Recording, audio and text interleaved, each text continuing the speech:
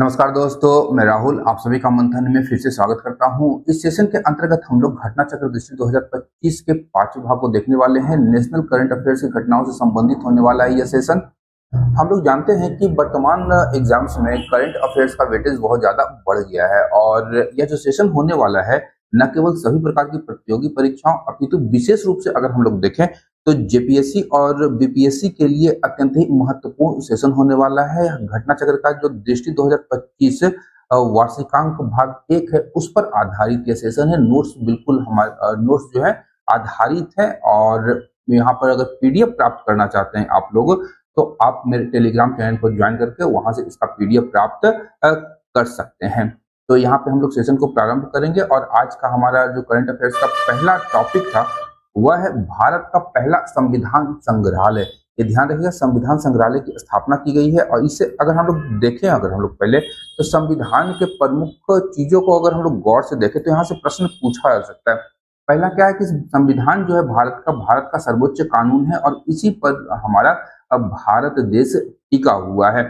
26 नवंबर 1949 को इसे अंगीकृत पहली बार किया गया था और 26 जनवरी 1950 को इसे पूर्ण रूप से लागू कर दिया गया। प्रारंभिक स्वरूपों की बात करेंगे तो यहाँ पर ध्यान रखिएगा 395 अनुच्छेद हैं, 8 अनुसूचियां हैं और यहाँ ध्यान रखिएगा कि कुल 22 भाग हैं, 22 भाग हैं, ये ध्यान रखिएगा। और शब्दों की बात करेंगे तो लगभग 1,45,000 शब्द प्रारंभिक तौर पर हमारे संविधान में थे। बाद में संशोधनों के माध्यम से इसमें शब्दों की संख्या लगातार बढ़ती चली गई। ये 8 नहीं होगा, ये 22 भाग हो जाएगा। ये टाइपो एरर हो गया यहाँ पे। चलिए, इसके अतिरिक्त ध्यान रखिएगा कि जो भारत का संविधान है विश्व का सबसे लंबा लिखित संविधान इसे जाना जाता है। कारण क्या है कि सभी चीजों को इसमें शामिल कर दिया गया है। कार्यपालिका से लेकर के न्यायपालिका से लेकर के मौलिक अधिकार, नीति निर्देशक तत्व और विभिन्न प्रकार के फंक्शन और फंक्शनरीज का उल्लेख इसके अंतर्गत किया गया है। और यहाँ ध्यान रखिएगा कि भारतीय संविधान को न तो हिंदी या अंग्रेजी में, ये ध्यान रखिएगा, हिंदी और अंग्रेजी में इसे टाइप नहीं किया गया है, इसे हाथों से लिखा गया है, सुलेखित किया गया है, जिसे कैलीग्राफी भी हम लोग कहते हैं। हिंदी और इंग्लिश में इसे हाथों से लिखा गया। संविधान की मूल प्रति को हिंदी और इंग्लिश लिपि में लिखा गया। मुख्य रचनाकार की बात करेंगे तो डॉक्टर भीमराव अंबेडकर का हम लोग नाम जानते हैं। प्रथम हस्ताक्षरकर्ता के रूप में नाम ध्यान रखिएगा, संविधान सभा के अध्यक्ष के रूप में डॉक्टर राजेंद्र प्रसाद ने इस पर अपना सबसे पहला हस्ताक्षर किया था।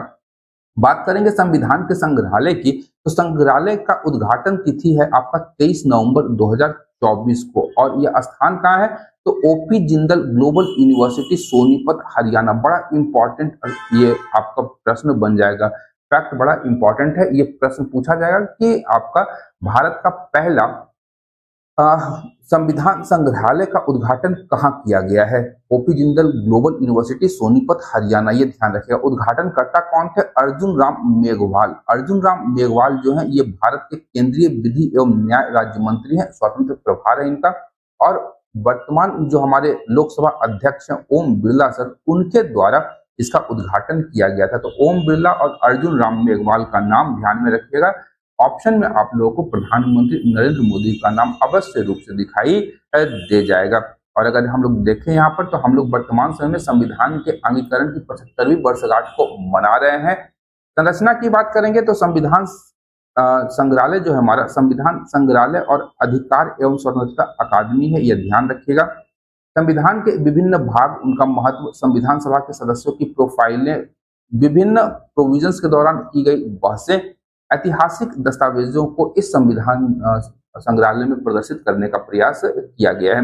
विशेषता क्या है तो यहाँ ध्यान रखिएगा कि इस संग्रहालय में 1949 से पूर्व घटित घटनाओं तक इसे सीमित नहीं रखा गया है, बल्कि संविधान के व्यापक अध्ययन और इसे जन जागरूकता केंद्र के रूप में भी इसे निर्मित किया गया है। क्यूरेशन की बात करेंगे तो क्यूरेशन ध्यान रखिएगा, ये बड़ा इंपॉर्टेंट फैक्ट हो जाएगा।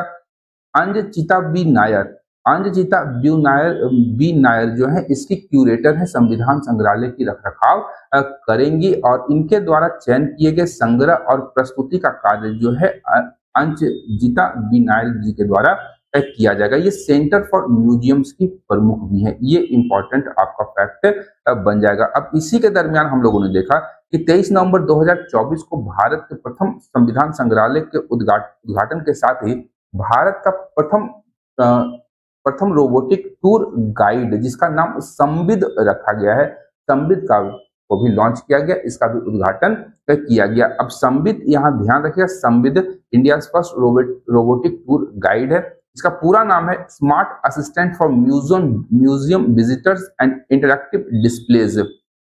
संविद का पूरा नाम है। विकास यहाँ पर महत्वपूर्ण हो जाएगा कि इस संविद रोबोट का विकास किसने किया है, तो ध्यान रखिएगा IIT मद्रास और OP जिंदल ग्लोबल यूनिवर्सिटी दोनों ने मिल करके संविद रोबोट का निर्माण किया है।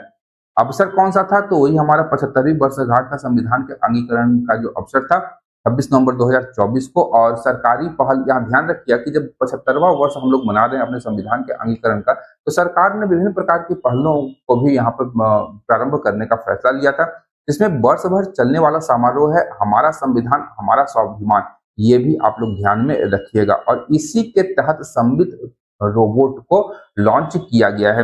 उद्घाटन की बात करेंगे तो उद्घाटन किया गया था राष्ट्रपति द्रौपदी मुर्मू द्वारा संविधान सदन या पुराना संसद भवन के केंद्रीय कक्ष में एक भव्य उद्घाटन किया गया था। किसका, तो हमारे संविधान के अंगीकरण की 75वीं वर्षगांठ को। इस अवसर पर विशेष विमोचन भी किया गया है राष्ट्रपति के द्वारा। भारतीय संविधान की संस्कृत और मैथिली संस्करण का विमोचन किया गया। बड़ा इंपॉर्टेंट प्रश्न है ये, बीपीएससी के लिए तो अत्यंत ही महत्वपूर्ण हो जाएगा। और आने वाले बीपीएससी या बिहार के किसी एग्जाम में ये प्रश्न पूछा जा सकता है कि किस भाषा में भारतीय संविधान के संस्करण का राष्ट्रपति के द्वारा विमोचन किया गया है, तो मैथिली संस्करण यहाँ पे ध्यान में आपको रखना होगा। संविधान दिवस की बात करेंगे तो 26 नवंबर 2024 को 10वां संविधान दिवस मनाया गया है। और इस वर्ष का जो हमारा थीम था हमारा संविधान हमारा स्वाभिमान, ये ध्यान रखिएगा, बड़ा इंपॉर्टेंट है। थीम से प्रश्न अक्सर ही पूछे जाते हैं। हमारा संविधान संविधान दिवस जो 10वां संविधान दिवस था उसका थीम था। 26 नवंबर को प्रत्येक वर्ष मनाया जाता है। अब झारखंड और महाराष्ट्र विधानसभा चुनाव संपन्न हुए 2024 में ही, यहाँ ध्यान रखिएगा। झारखंड की बात करेंगे, जेपीएससी के लिए इंपॉर्टेंट हो जाएगा। तो झारखंड विधानसभा में कुल 81 सीटें हैं, जिसमें से शेड्यूल कास्ट के लिए 9 सीट और शेड्यूल ट्राइब के लिए 28 सीटें आरक्षित की गई है। 2 चरण में मतदान हुए थे यहाँ पर। और यहाँ ध्यान रखिएगा 23 नवंबर 2024 को मतगणना हुई थी। और यहाँ पर ध्यान रखिएगा झारखंड के विधानसभा के इतिहास में यह पहला मौका है जब मौजूदा सरकार की वापसी हुई है। और झारखंड मुक्ति मोर्चा के नेतृत्व वाले इंडी गठबंधन को यहाँ पर 2/3 बहुमत प्राप्त हुआ है। और इस गठबंधन को कुल 56 सीटें मिली। वहीं एनडीए की बात करेंगे जिसका नेतृत्व बीजेपी के द्वारा किया जा रहा था, उसे रेस्ट सीटें मिली है। यहाँ ध्यान रखिएगा बीजेपी को 21 सीटें मिली है, बीजेपी को 21 सीट, जेएमएम को 34 सीट, कांग्रेस जो कि इंडी अलायंस की एक पार्टनर थी 16 सीट, आरजेडी भी पार्टनर थी 4 सीट, सीपीआई एमएल को 2 सीटें प्राप्त हुई है। वहीं अन्य की बात करेंगे तो 4 सीटें अन्य जीतने में कामयाब हुए हैं। यहाँ पर मुख्यमंत्री हेमंत सोरेन के द्वारा यहाँ पर पुनः शपथ ग्रहण किया गया है और इन्होंने 28 नवंबर 2024 को अपना शपथ ग्रहण किया था। ये डेट जेपीएससी वाले याद रखेंगे, इंपॉर्टेंट डेट है, ये ध्यान रखिएगा, यहाँ से प्रश्न पूछा जा सकता है। नेक्स्ट है हमारा महाराष्ट्र विधानसभा का चुनाव। तो ध्यान रखिएगा कार्यकाल समाप्ति हुई थी 26 नवंबर 2024 को और कुल 288 विधानसभा सीटें हैं महाराष्ट्र में, जिसमें शेड्यूल कास्ट के लिए 29 और शेड्यूल ट्राइब के लिए 25 सीटें आरक्षित की गई। चुनाव एक चरण में 20 नवंबर को संपन्न हुआ और झारखंड की मतगणना के साथ यानी 23 नवंबर को इसका मतगणना हुआ था। और यहाँ पर बीजेपी के नेतृत्व वाली, यहाँ पर ध्यान रखिएगा, महायुति गठबंधन का नेतृत्व बीजेपी कर रही थी। इस गठबंधन को कुल 235 सीटें प्राप्त हुई और महाविकास आघाड़ी को केवल 50 सीटें प्राप्त हुई, जिसमें शरद पवार का गुट आपका शिवसेना उद्धव ठाकरे और कांग्रेस गठबंधन के रूप में शामिल हुई थी। और इस परिणाम के उपरांत हम लोगों ने देखा कि महाराष्ट्र के मुख्यमंत्री के तौर पर देवेंद्र फडणवीस जो कि बीजेपी के एक नेता हैं, इन्होंने मुख्यमंत्री के पद की शपथ 5 दिसंबर 2024 को ली। वहीं अगर हम लोग देखें तो एकनाथ शिंदे जबकि शिवसेना में जब दो फाड़ हो गया था तो एकनाथ शिंदे के गुट वाले ने एनडीए का समर्थन किया था, तो इनको उप मुख्यमंत्री बनाया गया। और अजित पवार जो कि पूर्व में नेशनल कॉन्फ्रेंस पार्टी में थे शरद पवार के साथ में, शरद पवार के भतीजे हैं, तो इन्होंने उप मुख्यमंत्री पद की शपथ ली है। और इस चुनाव परिणाम का कारण क्या था, तो मुख्यमंत्री माझी लड़की बहन योजना ये माना गया है विश्लेषकों के द्वारा। और इस योजना के माध्यम से सरकार जो है महायुति गठबंधन की, वह 21 से 65 वर्ष की महिलाओं को प्रति माह 1500 रुपए डायरेक्ट बेनिफिट ट्रांसफर के माध्यम से प्रदान करेगी। 1500 रुपए, ये ध्यान रखेगा। मुख्यमंत्री माझी लड़की बहन योजना महाराष्ट्र सरकार के द्वारा चलाई गई है। दलगत परिणाम की बात करेंगे तो यहाँ पर दलगत परिणाम दिए हुए हैं, ध्यान में रखना है, लेकिन इससे प्रश्न पूछे नहीं जाते हैं। अब आइए राष्ट्रीय प्राकृतिक खेती mission NMNF natural farming mission, तो यहाँ पे आते हैं। प्राकृतिक खेती पहले हम लोग कहते किसे हैं, तो ध्यान रखिएगा कि रसायन मुक्त किसी भी प्रकार के केमिकल का उपयोग इस खेती में नहीं किया जाता है। यह खेती देशी गाय आधारित होती है, स्थानीय संसाधनों पर आधारित होगी और पारंपरिक स्वदेशी प्रथाओं का बढ़ावा देने वाली कृषि को हम लोग प्राकृतिक खेती कहते हैं। उद्देश्य क्या है, तो किसानों को रसायन मुक्त खेती अपनाने के लिए प्रेरित करना और इस प्रकार की कृषि का विस्तार करना। इसकी स्वीकृति अगर हम लोग देखें तो 25 नवंबर 2024 को प्रधानमंत्री नरेंद्र मोदी की अध्यक्षता वाली कैबिनेट कमेटी ने दी थी। योजना का स्वरूप कैसा होगा, तो यह एक स्वतंत्र केंद्र प्रायोजित योजना है और कृषि एवं किसान कल्याण मंत्रालय इस योजना का संचालन करेगा। कुल परिव्यय की बात करेंगे तो 2481 करोड़ रुपए का कुल खर्चा इसमें आएगा। वहीं ध्यान रखिएगा कि 15वें वित्त आयोग की अवधि जो कि 2025-26 तक के लिए है, उस अवधि तक के लिए ये खर्चा आपका यहाँ पर बताया गया है। और इस योजना का राष्ट्रीय प्राकृतिक खेती मिशन का जो लक्ष्य रखा गया है कि 2 वर्षों के भीतर 15,000 ग्राम पंचायत क्लस्टर में इसे लागू किया जाएगा। ये इंपॉर्टेंट है, ये ध्यान रखिएगा। 2 वर्षों में 15,000 ग्राम पंचायत क्लस्टर्स में इसे लागू किया जाएगा। साथ ही साथ सरकार का मानना है कि 1 लाख करोड़ किसानों तक हमें पहुंच बनानी है और लगभग भारत की 7.5 लाख हेक्टेयर क्षेत्र में प्राकृतिक खेती प्रारंभ करवाना है। इसके लिए अगर हम लोग देखें तो 10,000 जैव इनपुट संसाधन केंद्र स्थापित किए जाएंगे और 2,000 मॉडल प्रदर्शन फार्म स्थापित करने की योजना इस योजना के अंतर्गत सरकार ने की है। विशेषता क्या होगा, तो किसान जो है BRC जो कि जैव इनपुट संसाधन केंद्र होंगे, वहां से तैयार जैव इनपुट आसानी से प्राप्त कर सकेंगे। अब जैव इनपुटों की बात करें तो यहाँ पर हमारा खाद हो जाएगा, हमारा विभिन्न प्रकार का खाद या उर्वरक हम लोग इसे बोल सकते हैं, या विभिन्न प्रकार के कीटनाशक हो गए, कीटनाशक, शाकनाशक आदि जो कि जैव रूप से निर्मित होंगे, उसका उपयोग किसानों के द्वारा किया जाएगा। इसमें किसी भी प्रकार के रसायन का उपयोग नहीं होगा, ये ध्यान रखिएगा।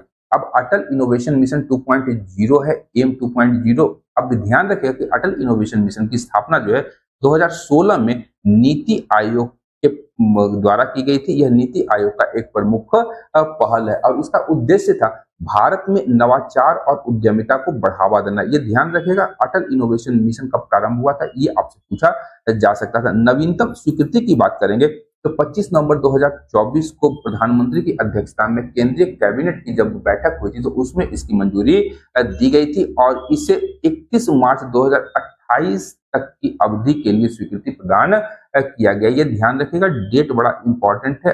अटल इनोवेशन मिशन से संबंधित मुख्य लक्ष्य क्या था, तो यहाँ पर ध्यान रखिएगा कि इसका मुख्य लक्ष्य अधिक नव प्रवर्तक और उद्यमियों को जोड़ना, स्टार्टअप की सफलता दर को बढ़ाना और बेहतर नौकरियां, उत्पाद और सेवाएं इन स्टार्टअप्स के माध्यम से उत्पन्न करना, ताकि भारत में अच्छे वैश्विक उत्पाद, वैश्विक पैरामीटर पर खरे उतरने वाले उत्पादों का निर्माण किया जाए, सेवाएं उसी प्रकार की हो, वैश्विक स्वीकृति वाली, और बेहतर नौकरियों का सृजन इन स्टार्टअप्स के द्वारा किया जाए।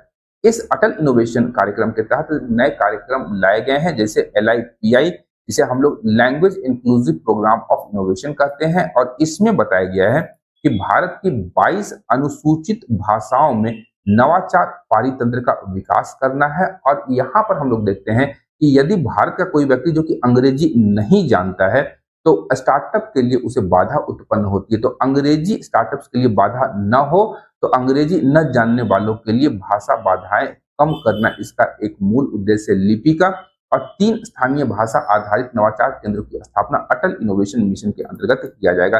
फ्रंटियर कार्यक्रम की बात करेंगे तो फ्रंटियर कार्यक्रम के अंतर्गत जम्मू कश्मीर, लद्दाख, पूर्वोत्तर भारत के राज्य और आकांक्षी जिलों या ब्लॉकों में अनुकूल माहौल बनाना, ताकि वहां पर स्टार्टअप्स का विकास और उसका प्रचार प्रसार किया जा सके।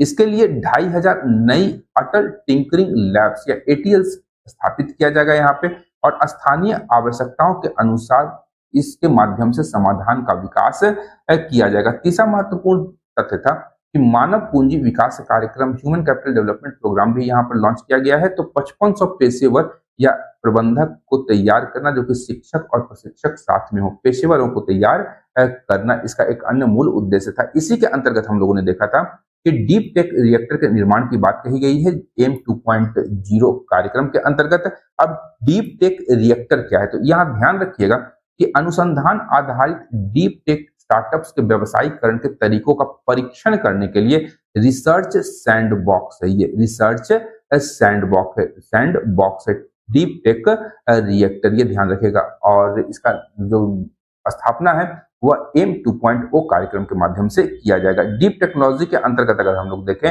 तो उन्नत वैज्ञानिक और तकनीकी नवाचार जो अपने परिवर्तनकारी स्वभाव से भारत की गंभीर सामाजिक समस्याओं का समाधान करने की क्षमता रखते हैं, उसे हम लोग डीप टेक्नोलॉजी कहते हैं। इसके अंतर्गत हमारा एआई आ गया, हमारा ब्लॉकचेन आ गया, ये सब तकनीकें जो हैं ये हमारा डीप टेक्नोलॉजी के अंतर्गत आती है। अब एम 2.0 के अन्य प्रमुख कार्यक्रमों की बात करेंगे तो इसके अंतर्गत औद्योगिक त्वरक कार्यक्रम और अटल सेक्टोरल इनोवेशन लॉन्च पैड्स की स्थापना की जाएगी। नेक्स्ट है हमारा पीएम विद्या लक्ष्मी योजना एवं अन्य शिक्षा पहल। ध्यान रखना, शिक्षा के क्षेत्र में सरकार के द्वारा काफी ज्यादा कार्य भी किया जा रहा है, तो यहाँ पर काफी योजनाएं और विभिन्न प्रकार के पहले भी स्टार्ट की गई है। तो ये जो हमारे एग्जामिनेशन के पॉइंट ऑफ व्यू से है बड़ा ही इंपॉर्टेंट रोल प्ले करते हैं। तो सबसे पहले हमारा है पीएम विद्या लक्ष्मी योजना। 6 नवंबर 2024 को केंद्रीय मंत्रिमंडल ने इसकी स्वीकृति दी थी। उद्देश्य क्या था, तो मेधावी छात्रों को आर्थिक बाधाओं के बावजूद गुणवत्तापूर्ण उच्च शिक्षा उपलब्ध करवाना। ध्यान रखिएगा, सीधा सा प्रश्न पूछ सकता है कि पीएम विद्या लक्ष्मी योजना किससे संबंधित है। ये प्राथमिक शिक्षा, मिडिल स्तर की शिक्षा, माध्यमिक शिक्षा या उच्च शिक्षा। तो ध्यान रखिएगा उच्च शिक्षा से संबंधित है, ये बड़ा इंपॉर्टेंट हो जाएगा। प्रमुख प्रावधानों की बात करेंगे तो यहाँ पर ध्यान रखिएगा कि इसके अंतर्गत बिना जमानत और गारंटी मुक्त ऋण बैंक या वित्तीय संस्थानों के द्वारा छात्र को उपलब्ध करवाए जाएंगे, और इसके अंतर्गत ट्यूशन फीस से लेकर के विभिन्न प्रकार के खर्चों का पूरा कवरेज किया जाएगा। और इसके अंतर्गत जो प्रक्रिया होगी, जो प्रणाली होगी, वह सरल, पारदर्शी और पूरी तरह से डिजिटल प्रणाली अपनाई जाएगी, ताकि यहाँ पर किसी भी प्रकार के भ्रम या भ्रष्टाचार की स्थिति उत्पन्न न हो सके। पात्रता क्या होगी, तो यहाँ पर ध्यान रखिएगा कि NIRF इंडिया रैंकिंग्स के द्वारा निर्धारित देश के शीर्ष गुणवत्ता वाले उच्च शिक्षा संस्थानों में प्रवेश पर पीएम विद्या लक्ष्मी योजना जो है वह लागू हो जाएगी। और NIRF शीर्ष 100 में शामिल सभी सरकारी और निजी संस्थान इसमें पार्टिसिपेट कर सकते हैं। उसके लिए यहाँ पर बैंक लोन प्रोवाइड करवाया जाएगा। NIRF 101 से लेकर के 200 में रैंक वाले राज्य सरकार के संस्थान भी इस योजना के अंतर्गत शामिल किए गए हैं। वहीं केंद्र सरकार के द्वारा जितने भी प्रशासित संस्थान है उसे इसमें शामिल किया गया, और प्रतिवर्ष NIRF रैंकिंग के अनुसार सूची अपडेट की जाती है। उस सूची में आने वाले सभी कॉलेज यूनिवर्सिटीज को इसमें शामिल करने की बात कही गई है। यहाँ पर ध्यान रखिएगा कि वित्तीय सहायता बड़ा इंपॉर्टेंट हो जाएगा कि पीएम विद्या लक्ष्मी योजना के अंतर्गत वित्तीय सहायता कितना प्रदान किया जाएगा, ये बड़ा इंपॉर्टेंट है, इसे ध्यान रखिएगा। तो 7.5 लाख रुपए तक के ऋण पर 75% क्रेडिट गारंटी प्रदान किया जाएगा, ये ध्यान रखिएगा। पहला टॉप है आपका तथ्य। 8 लाख तक का वार्षिक आय वाला जो योग्य छात्र होगा, जिसके छात्र की पारिवारिक आय 8 लाख रुपए वार्षिक है, उन्हें 10 लाख तक के ऋण पर मोरेटोरियम अवधि में 3% ब्याज सब्सिडी प्रदान किया जाएगा। यहाँ ध्यान रखिएगा, मोरेटोरियम अवधि में 3% ब्याज सब्सिडी दिया जाएगा, और प्रतिवर्ष 1 लाख विद्यार्थियों को ब्याज छूट सहायता प्रदान की जाएगी। इसका संबंध अगर हम लोग देखें तो विभिन्न प्रकार के योजनाओं के पूरक के रूप में है और पीएम विद्यालक्ष्मी योजना का जो दायरा है वो मध्यम आय वर्ग तक बढ़ाया गया है, ये ध्यान रखिएगा। अब बात करते हैं शिक्षा क्षेत्र के अन्य प्रमुख पहलों की। तो पीएम श्री योजना आई थी 2022 से 27 में। इसका पूरा नाम था PM schools for rising India, इसका नाम ध्यान रखिएगा, बड़ा इंपॉर्टेंट है। PM schools for rising India PM Shri का पूरा नाम था। 2022 से 27 के मध्य इसे लॉन्च किया, 2022 में लॉन्च किया गया था, 2027 की अवधि तक 7 सितंबर 2022 को स्वीकृति इसकी प्रदान की गई थी।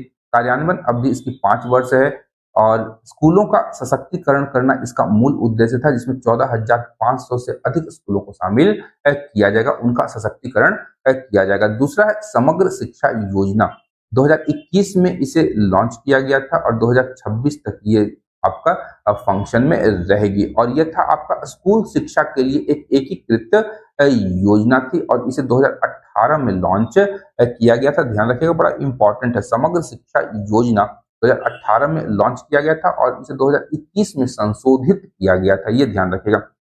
इसका कार्यान्वयन जो है 5 वर्षों के लिए किया जाएगा, 2021-22 से लेकर के 2025-26 तक इस योजना का कार्यान्वयन किया जाएगा। इसके अतिरिक्त तीसरा हमारा मेन योजना था उल्लास या NILP 2022 से 27 तक। ध्यान रखें, कार्यान्वयन अवधि 2022 से 27 के मध्य की है और उल्लास का फुल फॉर्म अगर हम लोग देखें, NILP का, तो नव भारत साक्षरता कार्यक्रम, न्यू इंडिया लिटरेसी प्रोग्राम इसका नाम रखा गया। केंद्र सरकार की यह प्रायोजित योजना है और यह योजना विशेष रूप से औपचारिक शिक्षा से वंचित रह गए वैसे लोग जिनकी आयु 15 वर्ष या उससे अधिक है, उन वयस्कों को शिक्षित करके सशक्त बनाने का लक्ष्य उल्लास या NILP योजना के माध्यम से किया जाएगा। निपुण भारत योजना है आपका शिक्षा के क्षेत्र का, 2021 से 27 के मध्य का। पूरा नाम है national initiative for proficiency in reading with understanding and numeracy. ये ध्यान रखिएगा, national initiative for proficiency in reading with understanding and numeracy, यानी आपका प्रोफिशिएंसी होना चाहिए पढ़ने में और समझ होनी चाहिए, साथ ही साथ अंकों का मूलभूत ज्ञान होना चाहिए। 5 जुलाई 2021 को इसे लॉन्च किया गया था सरकार के द्वारा। लक्ष्य था 3 वर्ष तक बुनियादी साक्षरता और गणना कौशल करना और लक्ष्य की प्राप्ति रखी गई थी 2026 से 27 तक। वहीं निष्ठा कार्यक्रम है 2019 में इसे लागू किया गया था। निष्ठा का फुल फॉर्म ध्यान रखेंगे, national initiative for school heads teacher holistic advancement. ये ध्यान रखेंगे, national initiative for school heads teachers holistic advancement. जितने भी प्रारंभिक शिक्षक हैं और स्कूल हेड्स हैं, उनके पेशेवर विकास को बढ़ावा देने के लिए इस योजना को लॉन्च किया गया था 21 अगस्त 2019 को। इसके अतिरिक्त निष्ठा ऑनलाइन का शुभारंभ किया गया था 6 अक्टूबर 2020 को और बुनियादी साक्षरता और संख्यात्मकता पर केंद्रित निष्ठा 3.0 जो है ये 7 सितंबर 2021 को प्रारंभ किया गया था। पहली बार अगर हम लोग देखें तो 6 अक्टूबर 2020 को याद रखना है हमें। इसके पश्चात है नमो ड्रोन दीदी योजना, बड़ा इंपॉर्टेंट योजना है और महिलाओं के सशक्तिकरण के लिए यह ड्रोन योजना अत्यधिक महत्वपूर्ण सिद्ध हो सकती है। नमो ड्रोन योजना, ये ध्यान रखें, नमो ड्रोन दीदी योजना, ये ध्यान रखिएगा, बड़ा इंपॉर्टेंट योजना है और इसका उद्देश्य क्या था, तो कृषि में नैनो उर्वरकों और कीटनाशकों के छिड़काव के लिए ड्रोन तकनीक को बढ़ावा देना और विशेष रूप से अगर हम लोग देखें तो ग्रामीण महिलाओं को ड्रोन संचालन में सक्षम बनाना इस नमो ड्रोन दीदी योजना का मूल उद्देश्य है। हम लोग जानते हैं कि जो भारत है यह विश्व में उर्वरकों का दूसरा सबसे बड़ा उत्पादक और आयातक राष्ट्र है। चाहे हम लोग फॉस्फेट, पोटास की कमी के कारण वैकल्पिक उर्वरकों जैसे कि नैनो यूरिया और नैनो DAP का भारत में विकास हुआ है, जिसके परिणाम स्वरूप इन नैनो उर्वरकों के छिड़काव के लिए इस योजना को लाया गया है। और मुख्य तिथियों की बात करेंगे तो ध्यान रखिएगा, बड़ा इंपॉर्टेंट है ये। प्रधानमंत्री के द्वारा 77वें स्वतंत्रता दिवस भाषण के अवसर पर 15 अगस्त 2030 को इसकी घोषणा पहली बार की गई थी। ये इंपॉर्टेंट डेट है, इसको याद रखिएगा। इसके अतिरिक्त 30 नवंबर 2023 को प्रधानमंत्री के द्वारा प्रधानमंत्री महिला किसान ड्रोन केंद्र का शुभारंभ किया गया है। ये भी इंपॉर्टेंट है, इसे भी ध्यान में रखेंगे।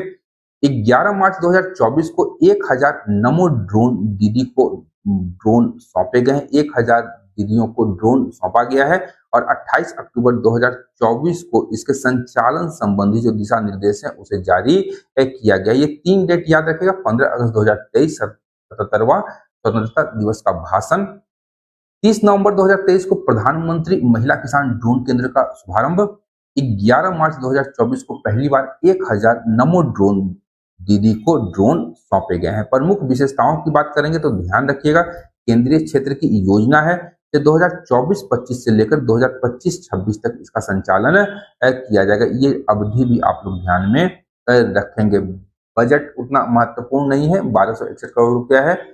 यहाँ पर ध्यान रखिएगा, इसका लक्ष्य रखा गया है इस योजना का कि 15,000 महिला एसएचजी को ड्रोन उपलब्ध कराना और पहला 500 ड्रोन जो होगा वह उर्वरक कंपनियां उपलब्ध करवाएंगी इन सेल्फ हेल्प ग्रुप्स को, और जो शेष बचे 14,500 ड्रोन होंगे वो केंद्र की वित्तीय सहायता से अगले 2 वर्षों में उपलब्ध कराए जाएंगे। यहाँ पे ड्रोन व जितने भी उपकरण होंगे उसकी लागत जो होगी 10 लाख तक की हो सकती है और इस पर 80% अधिकतम 8 लाख जो है वह केंद्र से सब्सिडी प्रदान की जाएगी।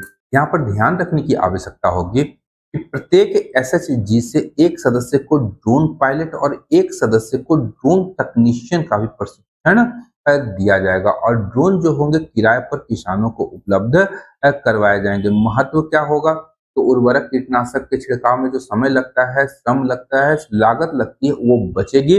कृषि में आधुनिक तकनीकों का विस्तार होगा और ग्रामीण महिलाओं के मध्य जो तकनीकी साक्षरता है या तकनीकी दक्षता है उसे देकर के उन्हें ड्रोन दीदी बनाया जाएगा। इससे महिलाओं में तकनीकी साक्षरता और दक्षता का भी विकास होगा।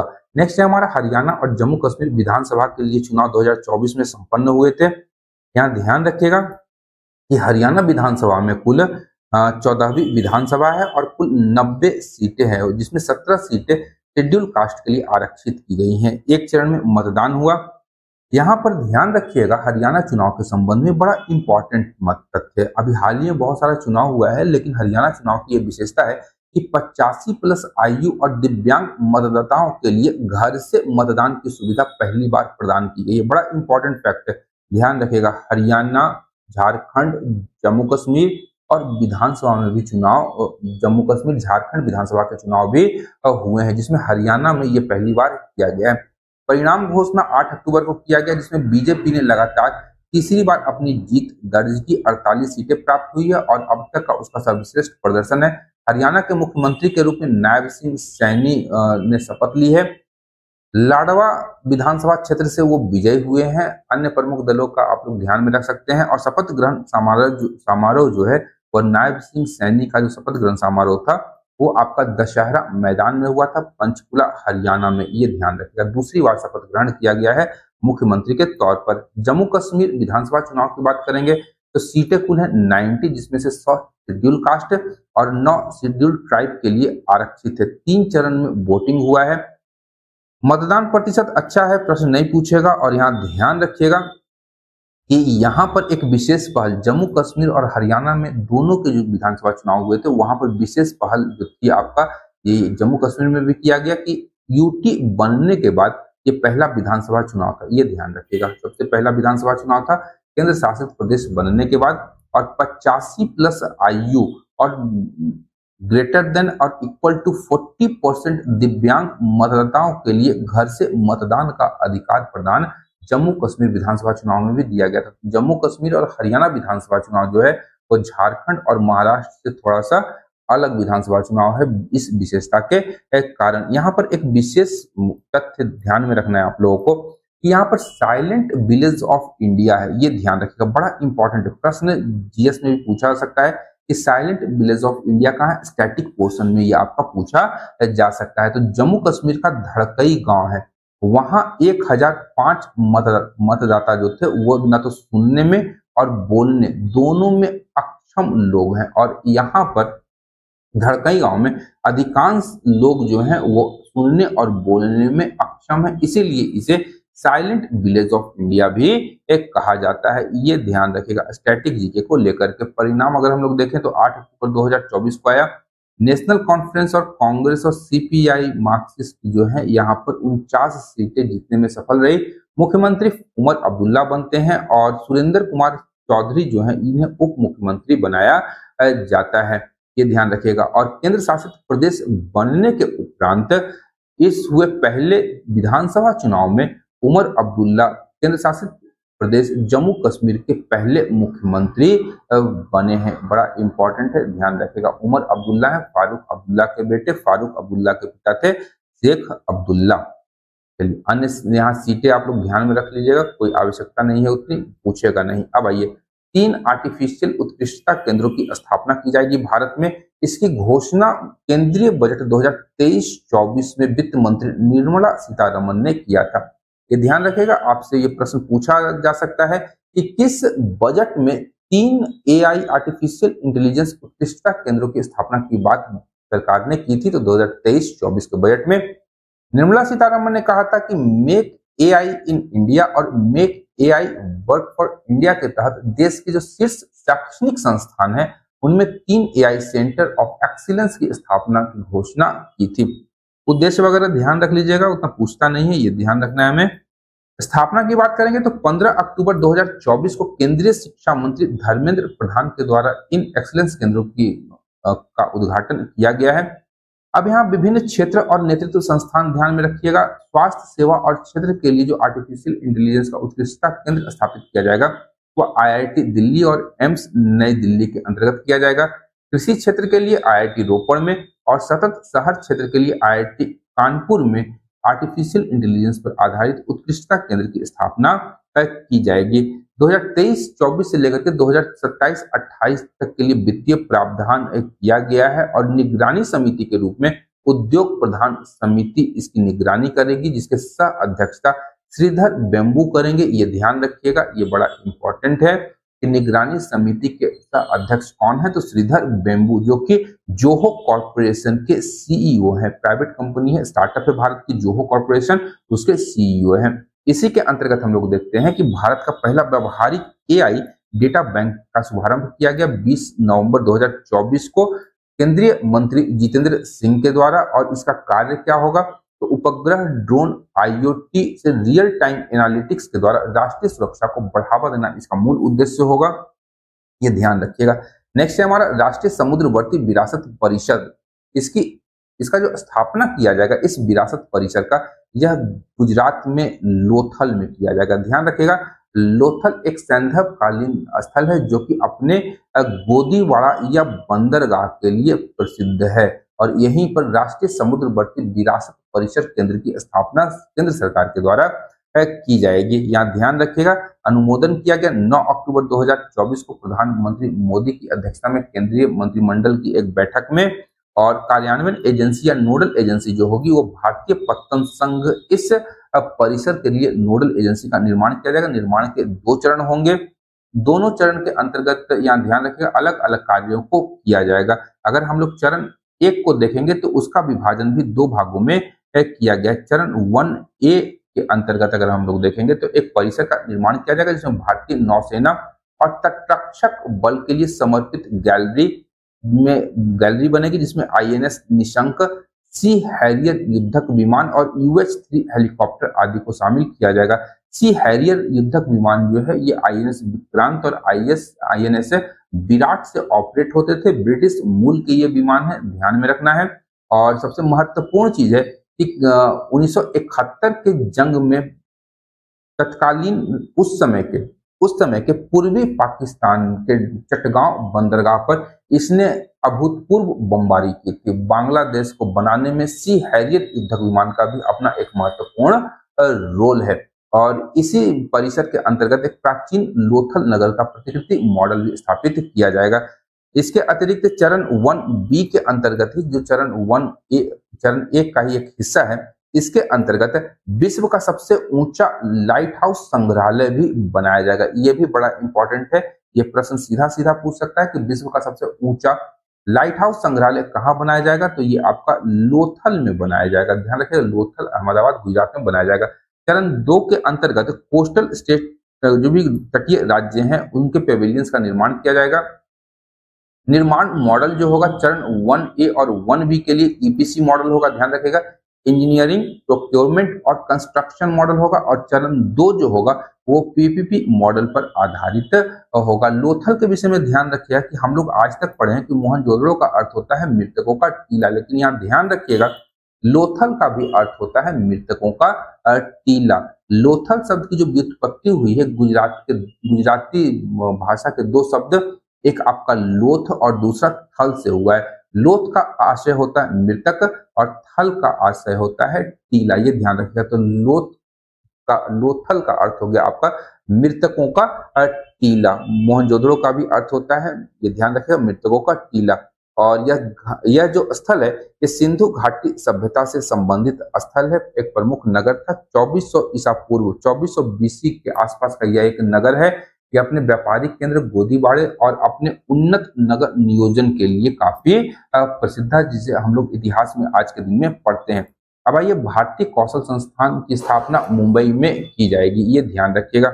स्थापना की प्रेरणा की अगर हम लोग बात करें तो प्रधानमंत्री नरेंद्र मोदी जो है वो सिंगापुर गए थे। इसी के दौरान वहां पर उन्होंने इंस्टीट्यूट ऑफ टेक्निकल एजुकेशन का दौरा भी किया था। यहीं से उन्हें यह प्रेरणा मिली थी सिंगापुर दौरे के दरमियान ही, और इसका प्रस्ताव उन्होंने मुंबई, अहमदाबाद और कानपुर में एक एक भारतीय कौशल संस्थान की स्थापना का अनुमोदन कैबिनेट के द्वारा किया गया था, जिसके अंतर्गत हम लोगों ने पहला शिलान्यास देखा 19 दिसंबर 2016 को कानपुर में। ध्यान रखिएगा, भारत में जो सिंगापुर के इंस्टीट्यूट ऑफ टेक्निकल एजुकेशन के मॉडल पर आधारित भारतीय कौशल संस्थान है, उसका स्थापना पहला संस्थान है 19 दिसंबर 2016 को कानपुर में किया गया था।